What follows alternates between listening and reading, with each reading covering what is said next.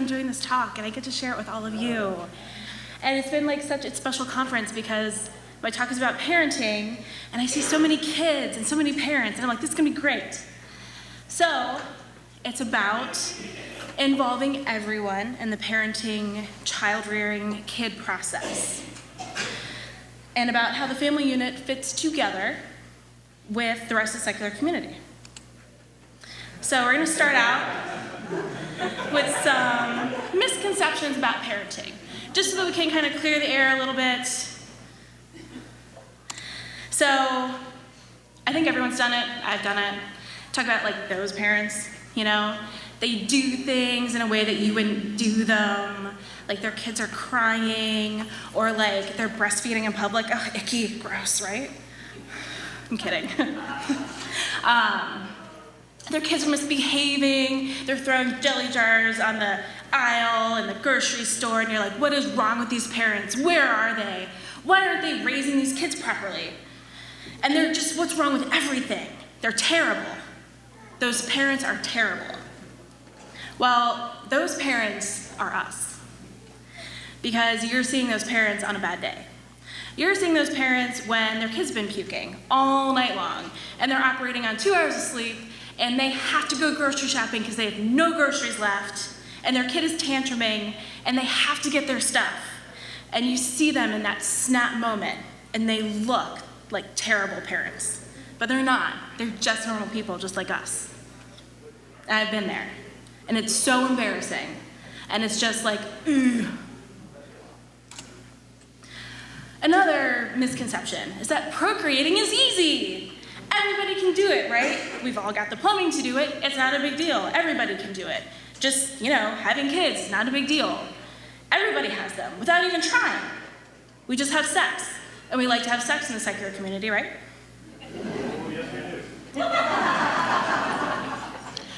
And if you can't have kids, no big deal, just adopt. It's not a big deal to adopt. There's tons of unwanted kids out there. Just like pluck them off the street and just have them.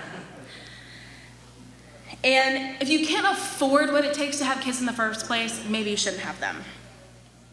So I miscarried twice before having my son, Nova, who I thought I was gonna be holding up here, but he's being really good, so he's out there.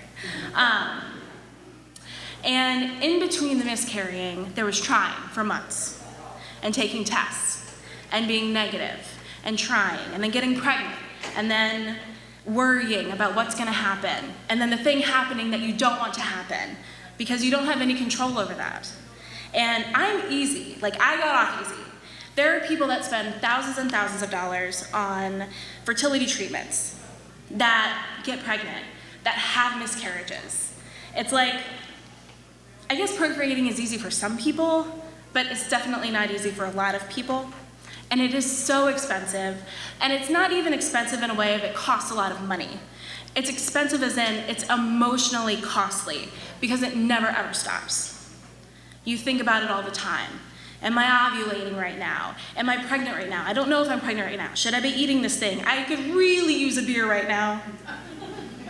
But I shouldn't drink because that would make me a terrible person, even though I don't know if I'm pregnant or not. And there are people that do this for years. Adoption. Especially in our community, we should be very familiar with the roadblocks that could come up there because they ask you all kinds of questions. And you saying that you're an atheist, it's probably not gonna help anything. And then if you can't afford what it takes to have kids, you shouldn't have them. Such bullshit. Because nobody can afford kids. Nobody. You just make it work. Recruit new parents. Shun child-free adults. Everybody should have kids. If you are not having kids, you are a selfish human being, and you're terrible. Assimilation resistance is futile. You will want kids. And when you have kids, new parents are to be instructed on everything that is correct and good. Okay?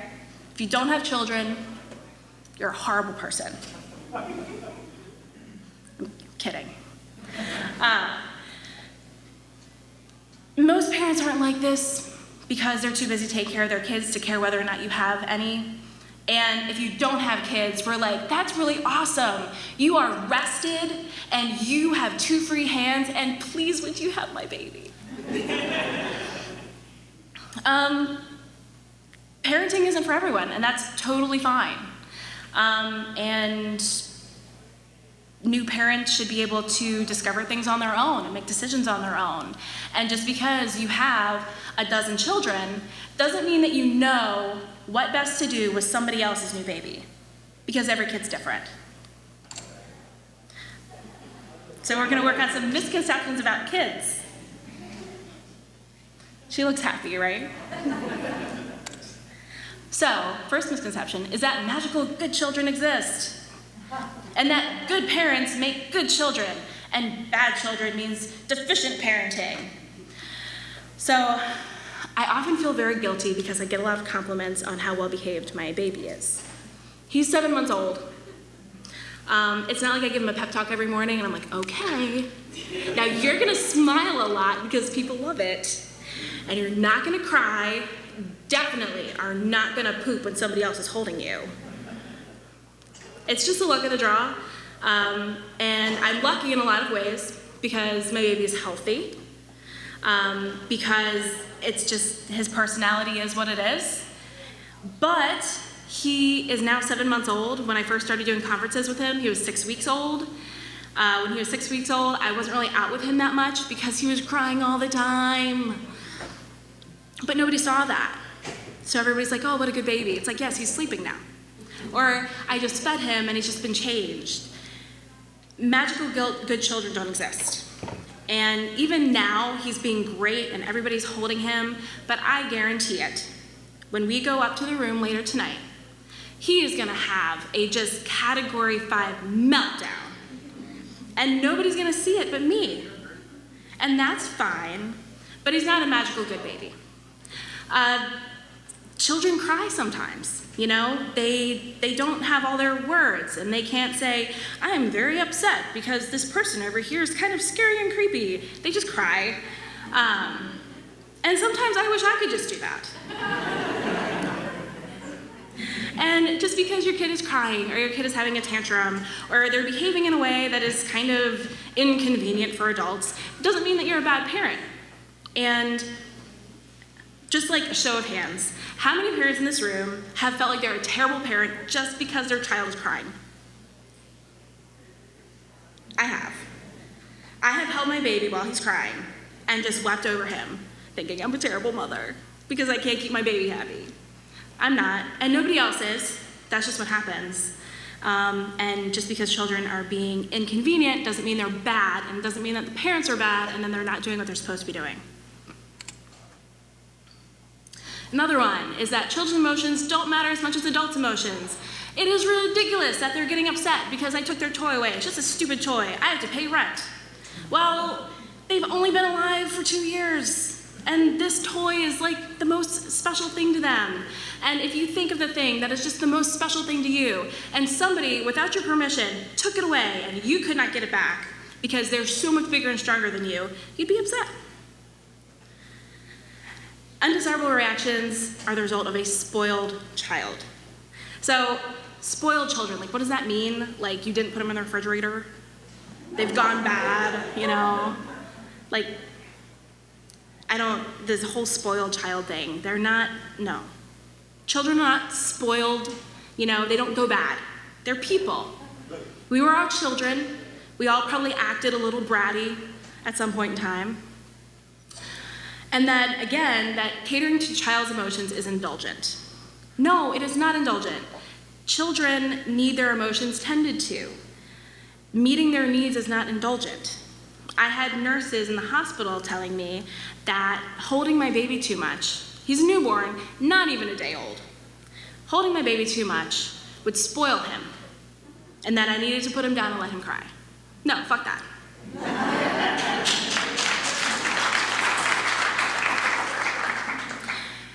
Another one is that children don't understand adults. They totally understand adults.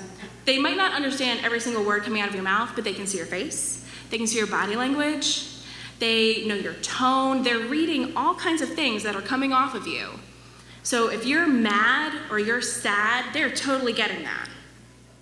And they pick up on your habits. They know what you're doing on a day-to-day basis. They're like, this is normal. This is what the adults do, and this is what I should do. And when you think that they aren't paying attention to you because they're playing or they're sleeping, they're totally paying attention to you. They can totally hear what you're saying. Whatever bad thing it is, whatever gossip you're having about somebody next door, don't be surprised, and this happened to me, when your kid asks you about it the next morning. And then you have to explain why you said something horrible about somebody to your kid, because you wouldn't want them to do that. They are listening, they are watching, and they understand what you're doing. So if you don't have kids, why should you give a shit about this? Like, who cares, right? Or, yeah, I already know all this stuff, but I mean, what am I supposed to do about it? Okay, secular humanism has to actively include and make space for children. That's mine. I have made a space for him. This is at TAM. We have to make space for them. And I see a lot of them here, and that is awesome. I've been to a lot of other conferences, and I don't see a lot of kids, even though I know there's a lot of parents. Or I don't see the parents at all because they can't come. You see, families are the cornerstone of Christianity. They have free nursery for infants and toddlers. It's free. You come to church, you drop off your kid, and you get to sing creepy songs and drink coffee and eat donuts with your friends. Free Sunday school. They will indoctrinate your children for free. They nurture the idea that families and children are important. It's such a huge part of Christianity. And they perpetuate a monopoly on love. That's a big one. They perpetuate a monopoly on the concept of love. Because like, we're about family. We're about love. We're about God. They actively welcome children and families of all class and income levels. How many people are not able to attend these because they can't afford it?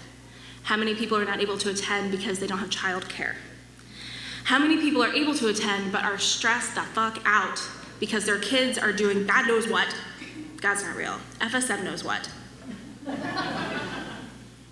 Because they're trying to make it work. On the flip side, academia is the cornerstone of secularism. Sounds a little dry. Childcare is absent. I know that Camp Quest is fantastic and awesome, but I think they only start at age 8. So, like, what are you supposed to do with your little guys?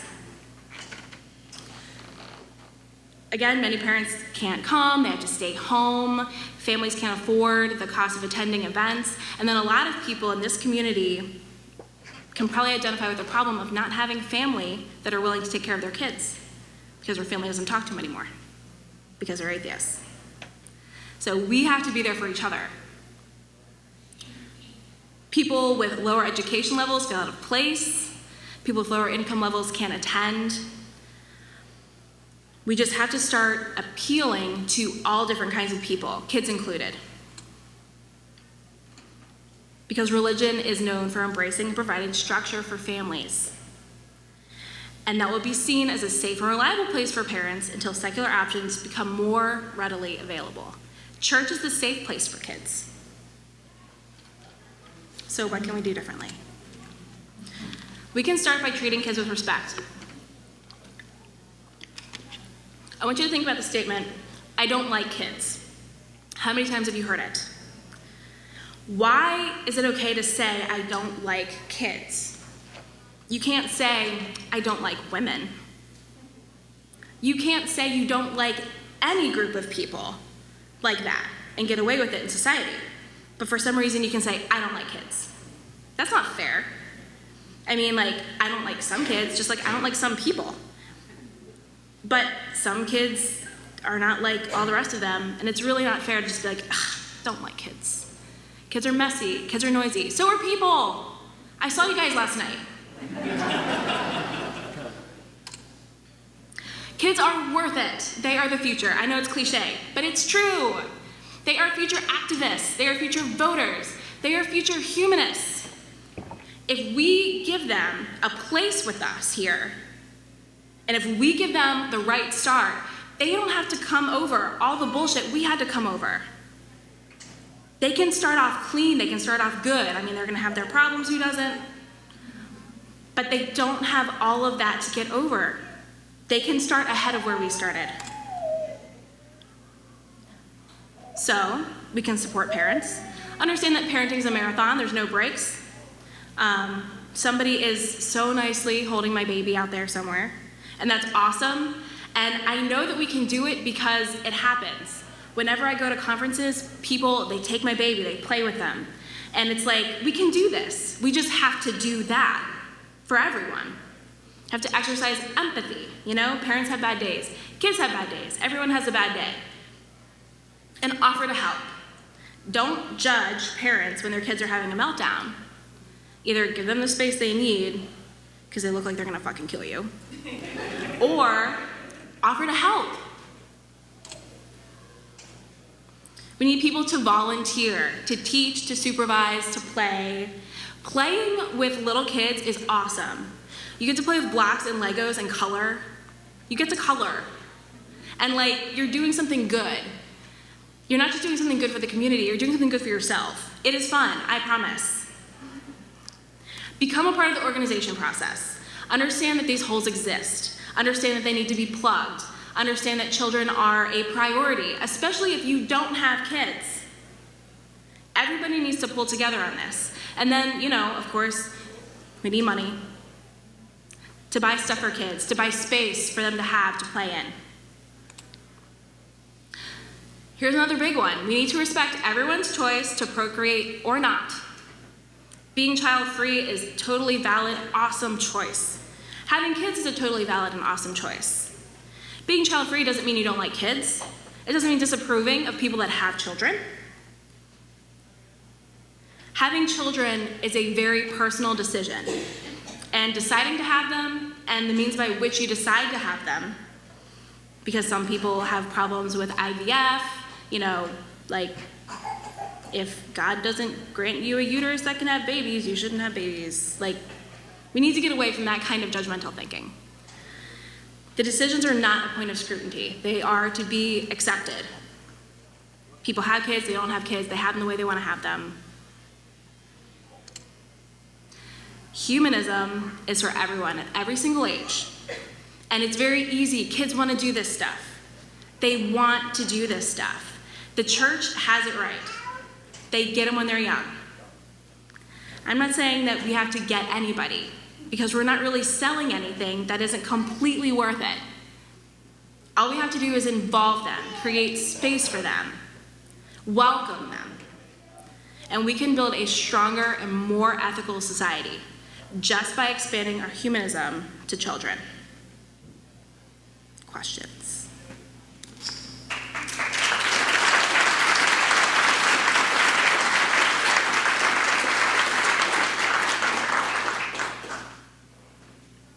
No questions? Okay. All right. Awesome. I was like hoping I would like have some child-free people maybe want me to expand on some things, like how fun coloring is.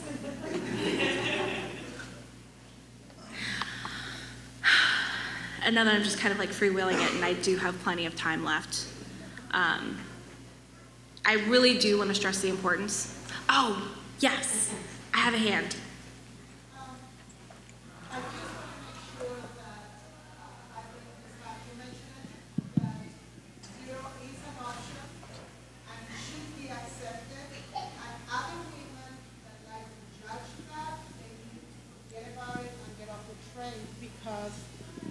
Zero is an option.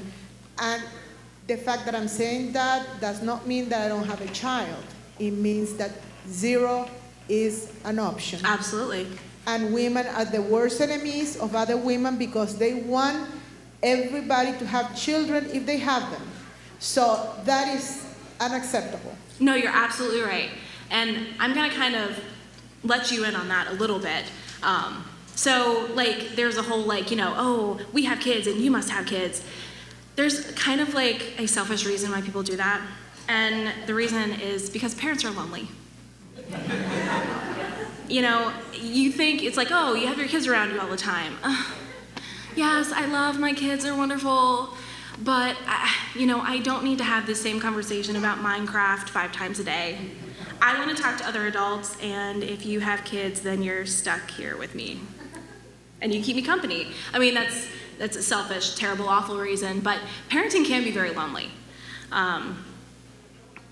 Everybody is out partying, and you are in your quiet space with your kid, and you want to be out partying, but you can't be.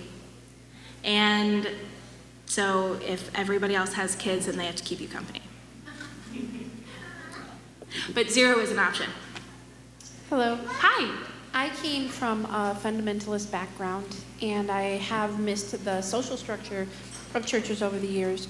And one thing that I've noticed so far this weekend is nobody has discussed the Sunday assembly. I'm not sure who has had access to that.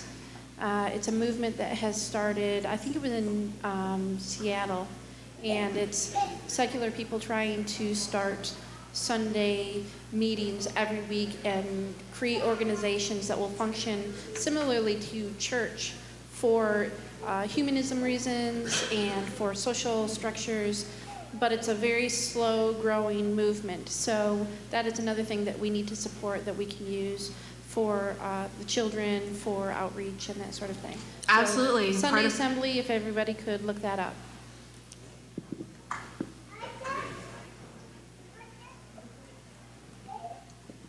Hi, Shanon. Hi. What do you think is the best thing we can do to sort of engage maybe non-parents at conferences or outside of conferences when we don't have the opportunity to speak to them like this, to be more involved in getting kids brought to conferences and getting things set up so that kids and parents feel more welcome? Oh, she has an answer. Question for donate time, energy, and money to getting childcare set up. There's at least one company out there that specifically does childcare for conferences. And the second thing is don't get pissed off when you have a child in the middle of something like this who happens to start making noise. Those are two of the big things you can do. I think we have to keep it, definitely, but I think we have to keep things fun. I think like the whole like childcare is like, I don't want to sit around in a nursery and play with babies all day, but it can really be a lot of fun. Like I said, you can allow yourself to be a kid again. Allow yourself to be a kid again. Go there in your head. And child-free people, of course, would want to do this as much as people with kids. Why wouldn't you want to go to that place again? And you don't have to worry about anything. And you're just engaging these young people in front of you. And I think that's part of it, is encouraging other child-free people to get involved in the community. That's something the church does a lot, is they encourage everyone, get involved in the community, donate your time, donate your time. We need to push for that. And we don't have guilt to manipulate us into doing it. We don't have the fear of God to manipulate us into doing it. We have to do it because we're good people. But it's also fun.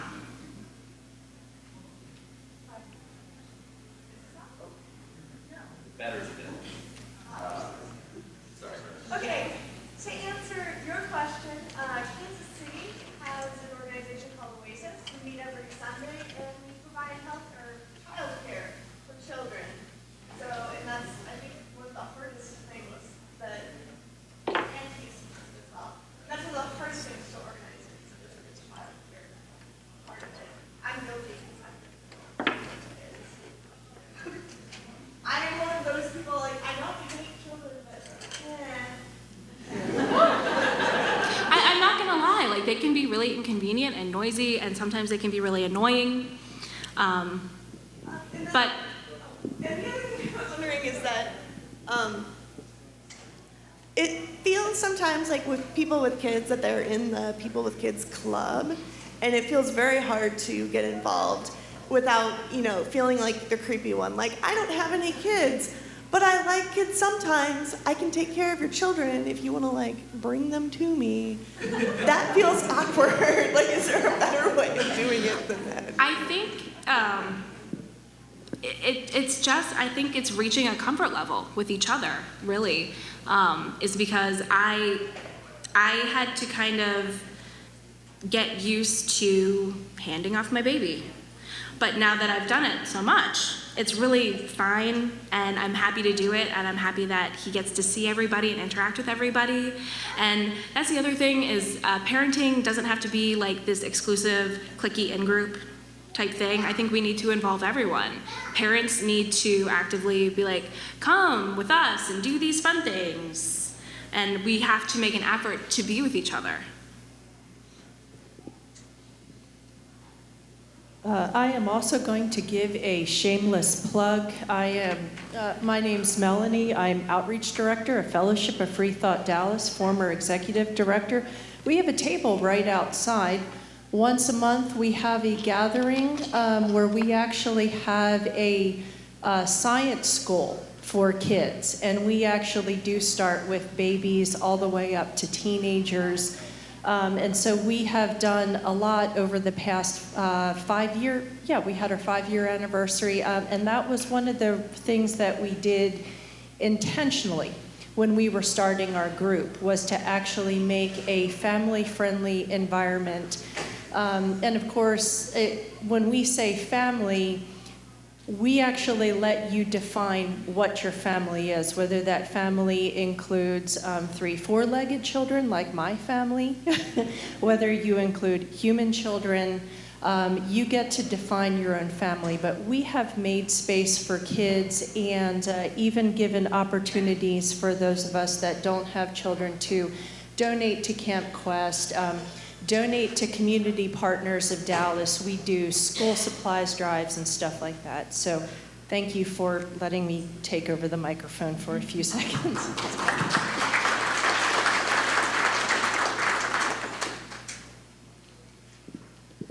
This is going to sound like a broken record. I'm very active with Sunday Assembly in Los Angeles, and we do have child care for every assembly. We hire the child care. That's awesome. We also have family events.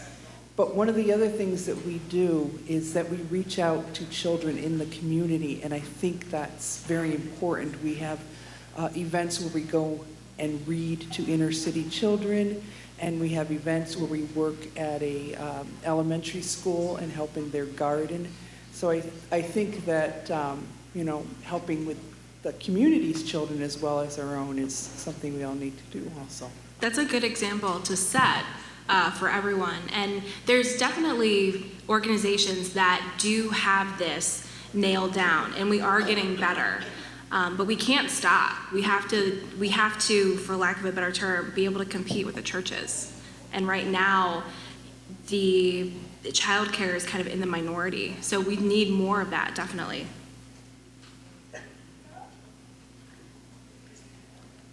Go ahead. I have 2 kids. They're 7 and 10, and I appreciate all the discussion about child care, but I think it's also important to include them in these kind of discussions because we can learn so much from them. We had a problem at a community center over in Fort Worth where they were forcing the kids to pray before they were allowed to eat lunch over the summer. And when I found out about it, and I was like, oh, this cannot be happening. My reaction is just say, no, this has to stop. And my 10-year-old, that is his reaction. He was just defiant. He was like, I'm not going to do it. I'm just going to sit here. But my daughter, and I'm so thrilled that she has the creativity to come up with something like this. She jumps up on her chair and she shouts, meatballs, meatballs, noodles underneath, spaghetti, ravioli, noodles and beef, and then throws her arms up in the air and shouts, ramen. And they never asked her to pray again.